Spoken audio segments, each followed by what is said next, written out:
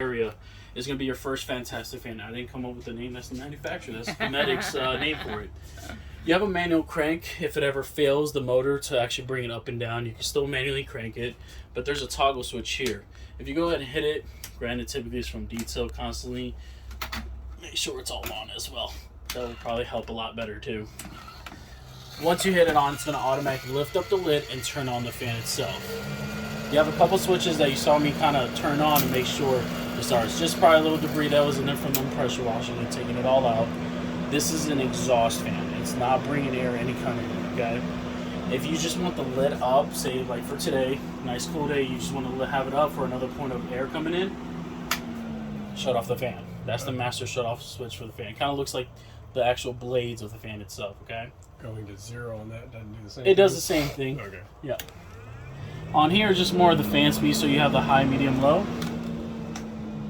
Okay. If the motor of the fan is not spinning at all, not necessarily the gear that lifts it up, but the fan itself is not spinning, you have a little 4-amp fuse there. It's a little glass fuse about yay big, probably just burned itself out. Go ahead and just pop a new one in there, just pop it in, and typically it engages again.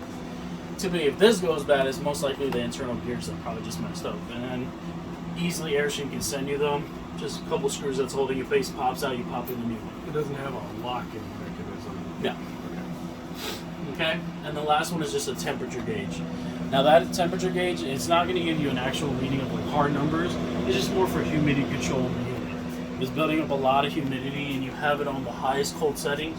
You're telling the fan that you want it as cold as possible in here. So the fan's going to keep working because it thinks there's a lot of humidity in here.